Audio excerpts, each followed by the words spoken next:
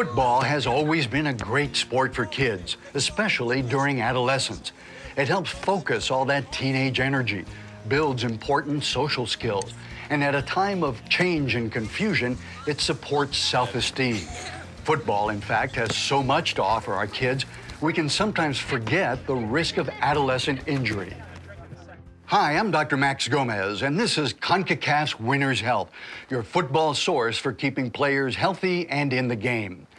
Helping prevent injuries is everyone's job, and if you're working with adolescent players, it's even that much more important. The fact is that adolescent athletes, kids roughly between the ages of 11 and 17, are more susceptible to certain types of injuries.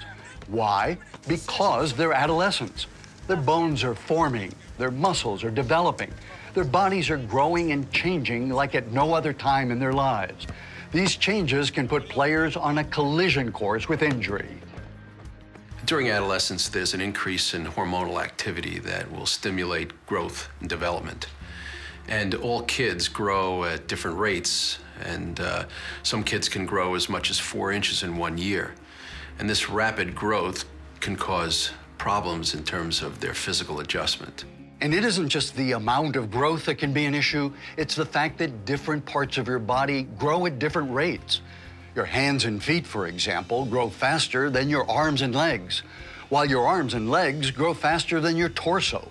Even more surprising, the two different sides of your body may not grow entirely in sync, all of which can initially cause some physical awkwardness. Kids get frustrated as their body mechanics are changing. They begin to run clumsily. They'll go to kick a football and kick the ground instead. It sometimes seems like their mind hasn't caught up with their bodies.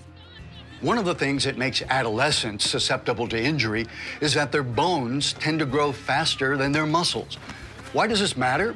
Because as the bones grow longer, the muscles have to stretch and grow with them to allow for movement. If muscles are too tight because they're not long enough, the stress on them can cause them to strain or tear. Well, with kids this age, we do warm-up stretching before and after every practice and play. But I also encourage them to do stretching exercises even on their off days. You have to stretch the muscles consistently to keep them flexible. Because young bones are still growing, one of the biggest concerns with adolescent players is an injury to a growth plate. This is an injury that can only happen to a child or adolescent because growth plates are a phenomenon of childhood and adolescence. Growth plates are growing zones that are located at each end of the long bones of children and young teens. They consist of soft cartilage cells, which multiply throughout childhood and adolescence. As they multiply, they create more tissue, bit by bit adding on new length. Eventually, this soft tissue is replaced by hard, mineralized bone. When adolescent growth is complete, the growth plates too are replaced by bone, which makes the long bone completely solid. I know that parents are concerned about a fracture that may occur around a growth plate. And generally speaking, they heal and don't have any untoward effect. However, depending upon which particular growth plate and the amount of involvement or displacement around that fracture, there may be partial or complete growth arrest. A lot of adolescent injuries, growth plate or otherwise, may simply be prevented through proper training geared to this age group and sports specific to football. Ideally, it should be designed by a qualified professional experienced with kids.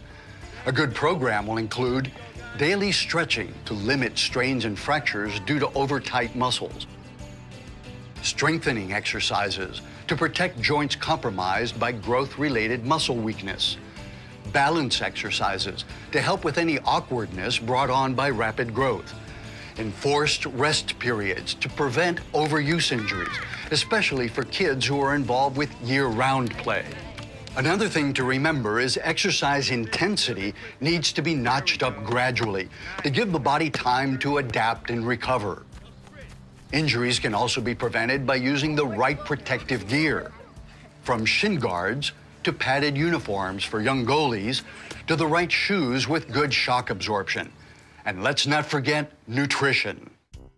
Adolescents are notorious for eating junk foods, loading up on sugary snacks, eating carbs instead of protein, and thinking they're too old for milk. But any kid who plays football needs to remember he or she is an athlete, and athletes, especially adolescent athletes, need good nutrition. Calcium for strong bones, lean protein for growing muscle, fresh fruit and vegetables for a whole range of critical vitamins and minerals. It's not exactly news that adolescence can be a tough time, emotionally, socially, and physically. Playing organized football can actually help kids adjust to all the big changes they're going through, as long as they stay healthy. That's where prevention comes in. With the right training, protective gear, and proper nutrition, the growing pains of adolescence don't have to turn into painful injuries. Thanks for joining us for CONCACAF's Winner's Health. Take care and stay healthy. For more information about adolescent injuries, please visit CONCACAF.com.